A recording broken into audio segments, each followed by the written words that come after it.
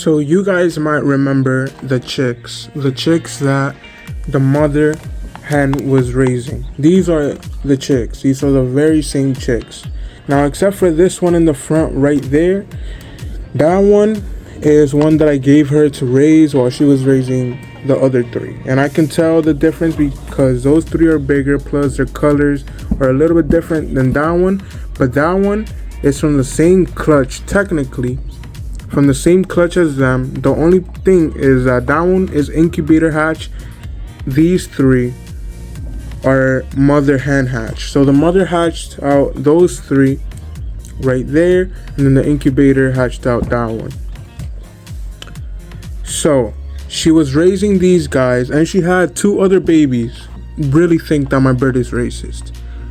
And the reason that I think that my bird is racist is because the other two chicks were black chicks. They were brown chicks, what I call chocolate. Now, she ended up unaliving both of them, and that really had me thinking if I should let her raise the other three chicks.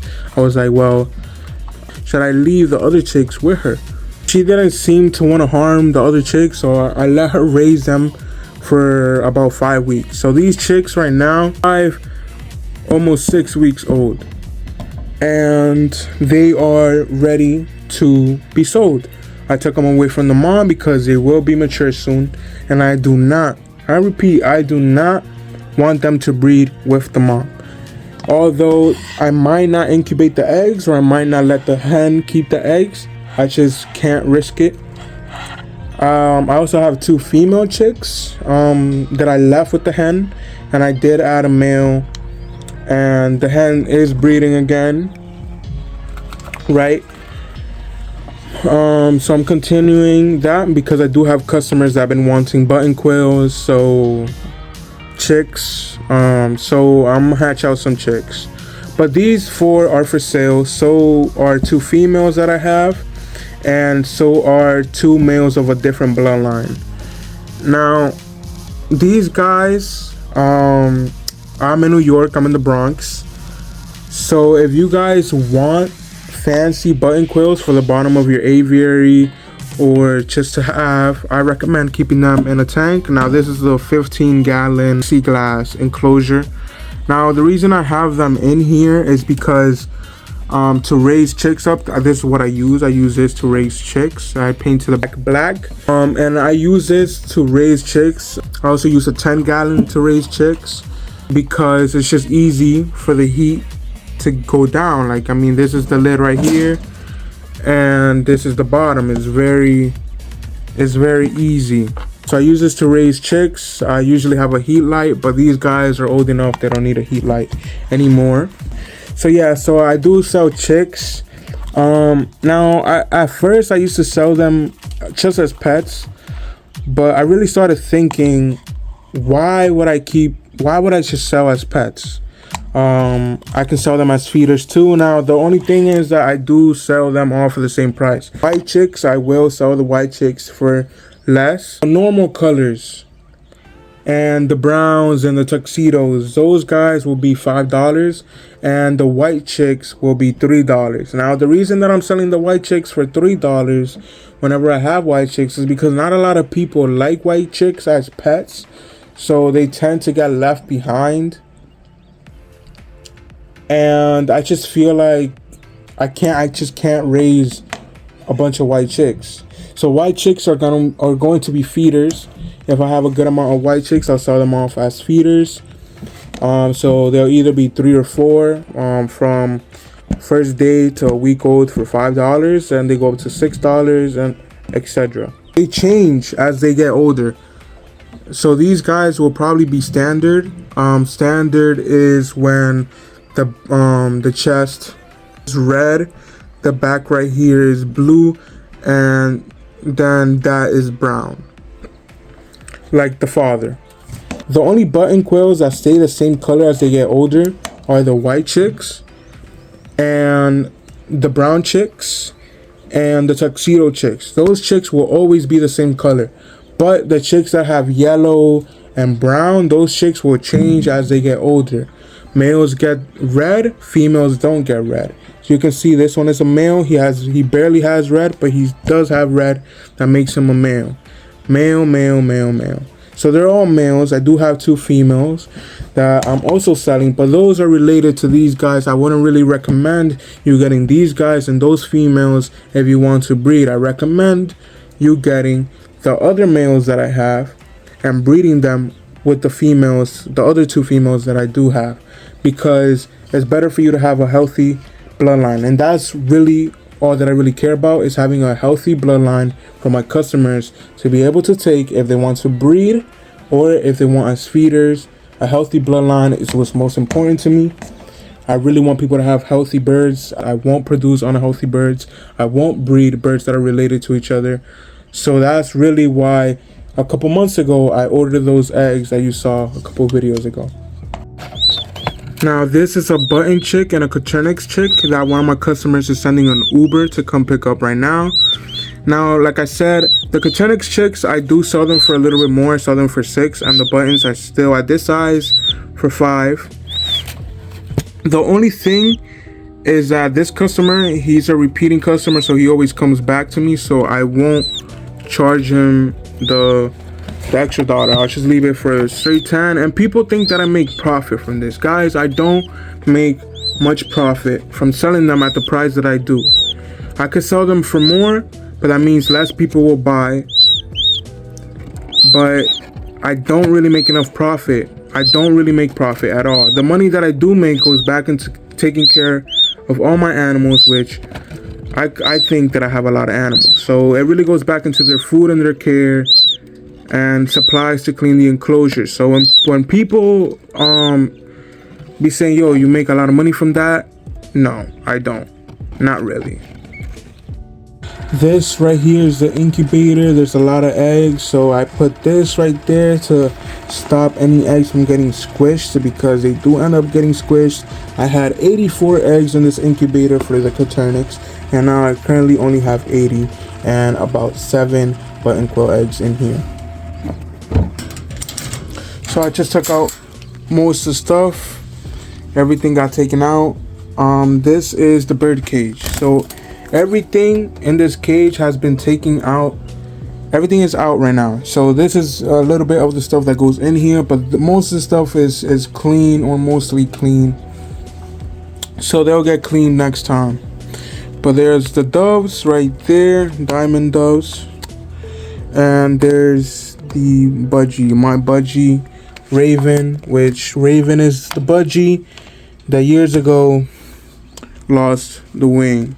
And it's the last budgie that I have. Years ago I decided to sell most of my budgies. Well, pretty much all of them. I did sell all of them.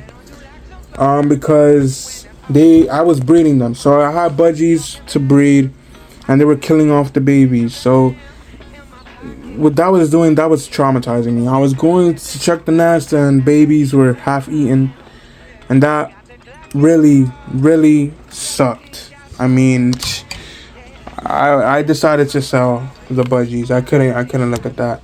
I have this plant right here. I tried to save it. It was on a reptile enclosure. Now I took the enclosure apart and I didn't really know where to put this plant. I'm like, let me try to put it in the bird cage, see if it looks good there, like an aviary type of thing. The parakeet does leave this alone. My budgie leaves this alone, doesn't really touch it. My budgie does eat greens. I do give my birds greens, but they just leave the plant alone. Now the only thing that don't leave the plant alone is these guys, which 2 of these guys right here are for sale. I know everything right here looks messy. Again, the stuff that I normally put here for them to have wood places to rest their feet from the bars is out.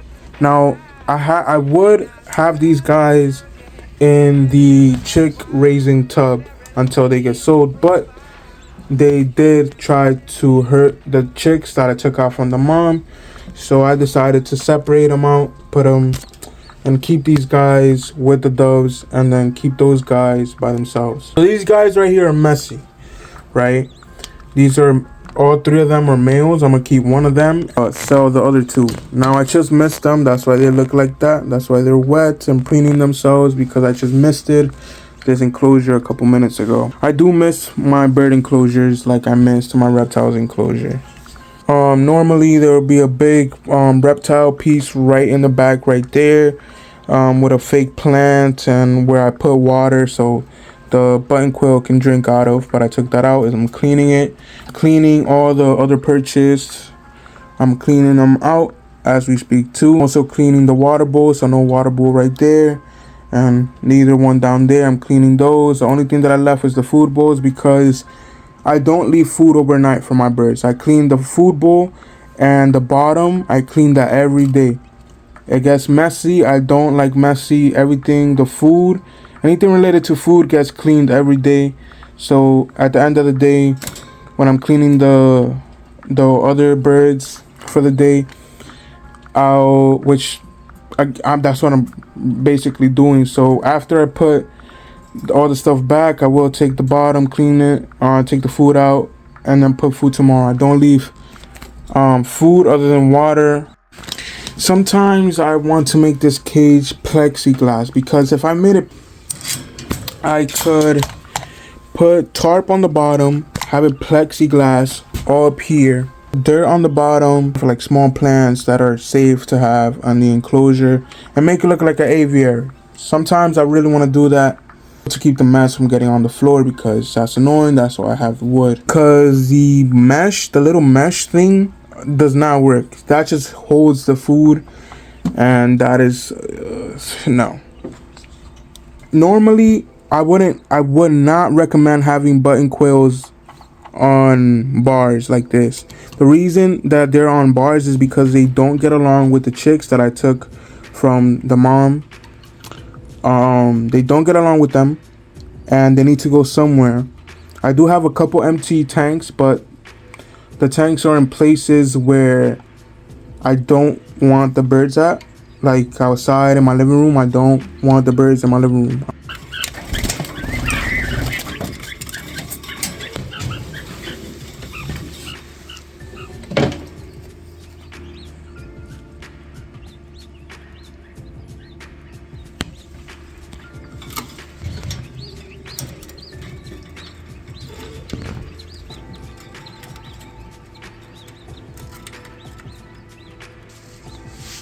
As you can see, they do fight. When they do fight, you gotta just pick one up, hold it for a couple seconds, release it back, and they'll either start fighting again or they'll completely stop because you interrupted it. So when I say, oh, okay, it's gonna start back up again, this is what I mean when I tell you guys that you cannot have a couple together. Now these guys were raised together, but they will fight. They hear the females probably. The females are right next door, right there. Probably competing for females, but there is no female in here. All three of the quail in here, 1, 2, 3, are all males. You can't just have two males. These two males started fighting. This one was running away. This one does not want to fight. These two wanted to fight. Always, if you're going to have males, you need to have like 6+ males if it's just males. If you're going to have males but less than 6, I don't recommend having them together. Now these guys are raised together and I was right here to separate the fight. What I do recommend is having 1 male for every 4 females or so. Yeah, so 1 male for every 4 females if you are going to have males.